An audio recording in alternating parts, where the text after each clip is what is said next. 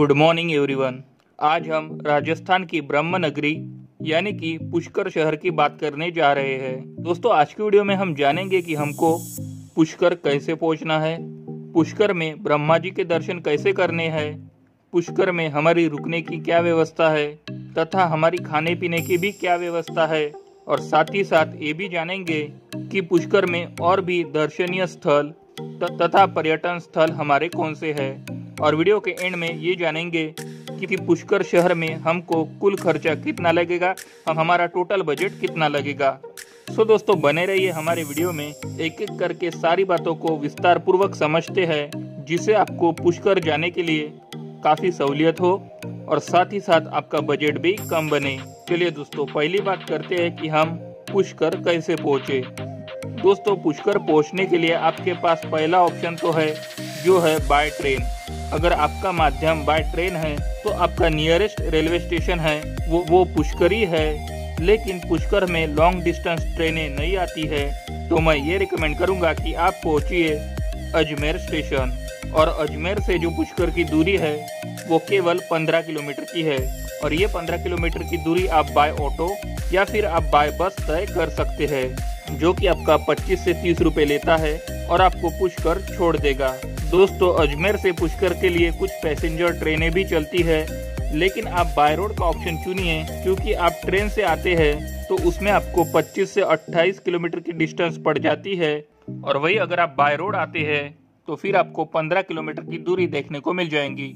तो मैं आपको यही सजेशन दूंगा कि आप बाय रोड पुष्कर पहुँचे। दोस्तों, हम पुष्कर पहुंच चुके हैं। पुष्कर पहुंचने के बाद हमारा सबसे बड़ा प्रश्न आता है कि हम अब स्टे कहाँ करें, हमारा स्टे कहाँ होना चाहिए। दोस्तों, पुष्कर में आपके पास ढेर सारे ऑप्शन है रुकने के लिए। अगर मैं यहाँ पे कॉस्ट की बात करूँ होटल की, जो प्राइवेट होटल्स है उनकी कॉस्ट आपको 500 रुपए से 1000-2000 तक देखने को मिल जाएंगी पर डे के हिसाब से। दोस्तों, अगर आप फैमिली है तो आप पुष्कर में पुष्कर विला भी बुक कर सकते हैं। इसकी अगर मैं कॉस्ट की बात करूँ दोस्तों तो 3000 से 3500 रुपए तक आप इसको बुक कर सकते हैं, और आपका पर डे का जो है वो इतना कॉस्ट लग जाएगा। तो अगर आप चाहे तो पुष्कर विला भी बुक कर सकते हैं और वहाँ भी ठहर सकते हैं, और अगर चाहे तो होटल भी कर सकते हैं। दोस्तों, अब ये बात करते हैं कि हमको पुष्कर में रूम कहाँ लेना है। दोस्तों, पुष्कर बस स्टैंड से लगभग आपका 1 किलोमीटर की दूरी पे है बड़ी बस्ती, और ये बड़ी बस्ती वही जगह है जो कि पूरे ब्रह्मांड में हमारे मुख्य मंदिर ब्रह्मा जी का इसी बड़ी बस्ती में यानी कि पुष्कर में मंदिर स्थित है। तो आप बड़ी बस्ती के पास अपने रूम ले सकते हैं।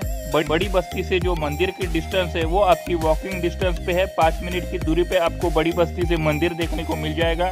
तो वहाँ पे आपको ढेर सारे प्राइवेट होटल देखने को मिल जाएंगे और आप वहाँ अपना स्टे कर सकते हैं। चलिए दोस्तों, अब बात करते हैं कि पुष्कर में हमको खाने पीने की क्या व्यवस्था देखने को मिलेगी। दोस्तों, पुष्कर में आपको खाने पीने की भी ढेर सारी फैसिलिटी देखने को मिलेगी। आपको यहाँ पे अलग अलग तरह का खाना देखने को मिलेगा, और अगर मैं थाली की बात करूँ तो थाली सिस्टम भी आपको यहाँ पे देखने को मिलेगी। और अगर मैं थाली की कॉस्ट की बात करूँ वो आपका 60 रुपए से लेके 150-200 रुपए तक जो है वो लग सकता है। डिपेंड करता है कि आप किस प्रकार की थाली लेना पसंद करते हैं। चलिए दोस्तों, इसके बाद हमको ब्रह्मा जी का दर्शन करना है, लेकिन ब्रह्मा जी के दर्शन करने से पहले हमको एक चीज और करना है, वो है पुष्कर सरोवर में हमको स्नान करना। दोस्तों, वहीं पे आपको मंदिर के सामने बना हुआ एक दिखेगा पुष्कर सरोवर, जिसमें आपको 52 घाट देखने को मिलेंगे, और 52 घाट में जो मुख्य घाट है और जो प्रसिद्ध घाट है वो है हमारा ब्रह्म घाट। ब्रह्म घाट में आप स्नान कर सकते हैं, और हम चलते हैं ब्रह्मदेव के मंदिर यानी कि ब्रह्मा जी के दर्शन करने। दोस्तों, मंदिर परिसर में प्रवेश करने से पहले आपको मोबाइल कैमरा अलाउ है, आपको ले जाने दिया जाएगा, लेकिन आपको वीडियोग्राफी और फोटोग्राफी वर्जित है, तो आप मोबाइल अपने पास रखिए।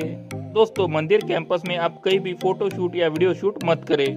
दोस्तों, ब्रह्मा जी के मंदिर में दर्शन करने के लिए जो समय लगेगा वो आपका लगभग 15 से 20 मिनट लगेगा, और अगर आप ऑन सीजन में आते हैं तो आपको समय जो लगेगा वो आपको 1 से 1.5 घंटे लग सकता है। आगे हम अभी बात करेंगे कि हमको कौन से सीजन में आना चाहिए। तो आप लाइन में लगिए, ब्रह्मदेव जी के दर्शन लीजिए और मंदिर परिसर से बाहर आइए। चलिए दोस्तों, अब हम बात करते हैं कि हमको पुष्कर कब आना चाहिए और कितने दिन का हमको स्टे बनाना चाहिए। दोस्तों, पुष्कर में बेसिकली लोग सुबह आकर शाम को अपनी रवानगी ले लेते हैं, क्योंकि एक दिन पर्याप्त रहता है कुछ दर्शनीय स्थल को घूमना और साथ में हमारे ब्रह्मा जी का दर्शन करना। तो एक दिन में भी आप पुष्कर घूम सकते हैं। लेकिन आप सारे विजिटिंग प्लेसेस में विजिट करना चाहते हैं तो आप 2 दिन लेकर चलिए। 2 दिन आपके लिए सफिशिएंट है पूरे पुष्कर को एक्सप्लोर करने के लिए। अब बात करते हैं दोस्तों कि हमको पुष्कर आना कब चाहिए। दोस्तों पुष्कर आने के लिए जो बेस्ट समय है वो तो है मानसून से लेके विंटर तक का, यानी कि अगस्त से लेकर दिसंबर जनवरी तक आपका समय बहुत बेस्ट है। वहाँ समय में आपको वहाँ पे ज्यादा क्राउड देखने को नहीं मिलेगा। लेकिन 2 पर्व ऐसे है जिस समय पुष्कर में सबसे ज्यादा भीड़ होती है, वो है एक तो होली के समय पे, क्योंकि वहाँ पे पुष्कर होली काफी प्रसिद्ध है, काफी तगड़ी वहाँ पे होली खेली जाती है।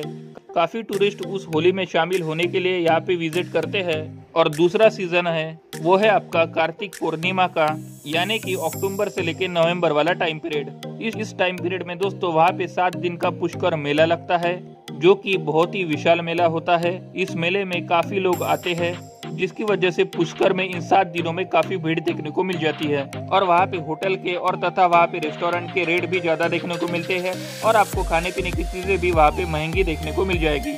जो रूम आपको ऑफ सीजन में 500 रुपए में मिलता है, वो उस समय में आपको 1200 से 1500 रुपए में देखने को मिल जाएगा। तो ये 2 सीजन आप छोड़कर आप किसी भी सीजन पे जो है वो पुष्कर आ सकते हैं। पुष्कर में ज्यादा गर्मी आपको देखने को नहीं मिलेगी। और अगर मैं बात करूँ समर सीजन की, तो आपको फिर बताने की जरूरत नहीं है कि राजस्थान में गर्मी का क्या प्रमाण है। चलिए दोस्तों अगली बात करते हैं कि हमको पुष्कर में और कौन कौन से स्पॉट पे विजिट करना है और हमारा साधन क्या होगा। दोस्तों सबसे पहले स्थान की अगर मैं बात करूँ दोस्तों, तो वो है आपका रंगनाथ स्वामी टेम्पल। दोस्तों रंगनाथ स्वामी टेम्पल आपके ब्रह्मा जी के मंदिर से कुछ ही दूरी पे बना हुआ है, तो आप वहां जाके दर्शन कर सकते हैं और प्रस्थान कीजिए अपने अगले स्थान की ओर। वो है आपका वाराह टेम्पल। वाराह टेम्पल यानी कि यहाँ पे वाराह स्वामी जी का मंदिर है, यहाँ पे विष्णु अवतारी वाराह स्वामी जी है।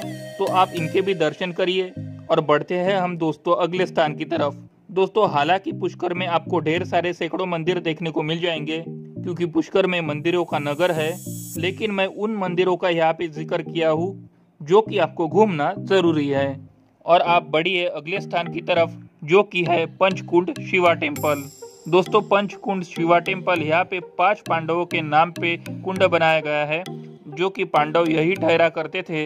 और 5 भाई के नाम से यहाँ पर आपको 5 कुंड देखने को मिल जाएंगे। तो यहाँ पे भी आप जाइए, वहाँ कुछ समय व्यतीत कीजिए, दर्शन करिए और आप बढ़िए अगले स्थान पर, जो कि है सावित्री माता का मंदिर। दोस्तों सावित्री माता का मंदिर पहाड़ पे है और इस पहाड़ से आपको पूरे पुष्कर शहर का एक काफी सुंदर नजारा देखने को मिलेगा, जो कि आपको बेहद खूबसूरत देखने को मिलेगा। और यहाँ पे आप फोटोशूट वगैरह भी कर सकते हैं। तो चलिए दोस्तों बढ़ते हैं अभी अगले स्थान पर। तो दोस्तों आप सावित्री माता का दर्शन कीजिए, यहाँ पे कुछ समय व्यतीत कीजिए और अब बढ़ते हैं अगले स्थान की ओर। और अगला स्थान है वो है आपका कैमल सफारी। दोस्तों कैमल सफारी यानी कि यहाँ पे कैमल की राइडिंग होती है, यानी कि अगर आपको कैमल राइड करना है तो आप यहाँ पे जरूर जाइए। एक छोटा सा यहाँ पे रेगिस्तान है पुष्कर में, जहाँ पे आपको कैमल राइडिंग करने का चांस मिलेगा और आप यहाँ पे मोटर गाड़ी के तहत भी यहाँ पर घूम सकते हैं और यहाँ पे आप कुछ समय व्यतीत करिए। तो दोस्तों ये तो हमारे कुछ 6 से 7 पॉइंट थे जिसको हमको पुष्कर में विजिट करना है। अब बात करते हैं हम कि हमारा साधन क्या होगा इन सारे प्लेसेस को विजिट करने के लिए। दोस्तों यहाँ पे आपके पास 2 ऑप्शन है, या तो आप ऑटो कर सकते हैं या फिर आपको पुष्कर में स्कूटी या फिर बाइक रेंट पे मिलती है, जो कि पर डे का जो कॉस्ट होता है दोस्तों वो होता है हार्डली 300 से 400 रुपए देखने को मिल जाएगा। और अगर आप यही सीजन में आते हैं तो इसका रेट आपको थोड़ा ज्यादा देखने को मिल सकता है।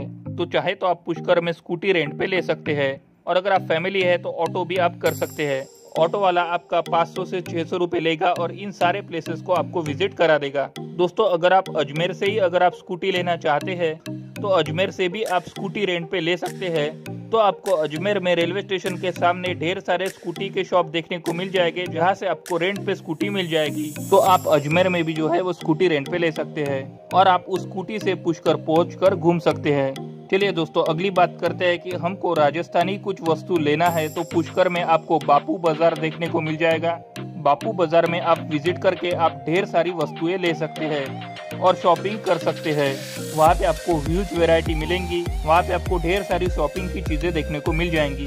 तो आप बापू बाजार में जाके जो है वो अपनी शॉपिंग कर सकते हैं। दोस्तों बापू बाजार आपका ब्रह्मा जी के मंदिर से जस्ट सामने ही आपको देखने को मिल जाएगा, तो वहाँ पे आप जाकर शॉपिंग कर सकते हैं। चलिए दोस्तों लास्ट बात करते हैं कि हमको ब्रह्मनगरी पुष्कर घूमने के लिए कुल खर्चा कितना आएगा।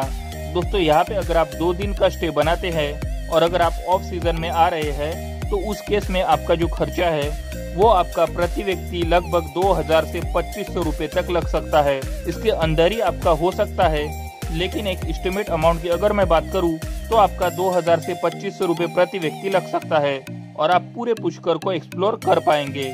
दोस्तों इस फेयर में मैंने आपके किसी भी प्रकार के ट्रेन के टिकट, फ्लाइट के टिकट को इंक्लूड नहीं किया है। सो दोस्तों ये तो था हमारा पुष्कर का संपूर्ण वर्णन कि आपको पुष्कर कैसे घूमना है। इसके बावजूद भी अगर आपका कोई क्वेरी हो या फिर कोई क्वेश्चन हो तो आप हमें कमेंट करके पूछ सकते हैं, हम जल्द से जल्द रिप्लाई देने की कोशिश करेंगे। सो दोस्तों अगर आपको आज का वीडियो पसंद आया हो तो वीडियो को लाइक करना, चैनल पे नहीं हो तो चैनल को सब्सक्राइब करना और हो सके तो इस वीडियो को शेयर भी कर देना। मिलते हैं जल्दी ही ऐसे ही किसी नेक्स्ट इंटरेस्टिंग वीडियो में, तब तक के लिए बाय।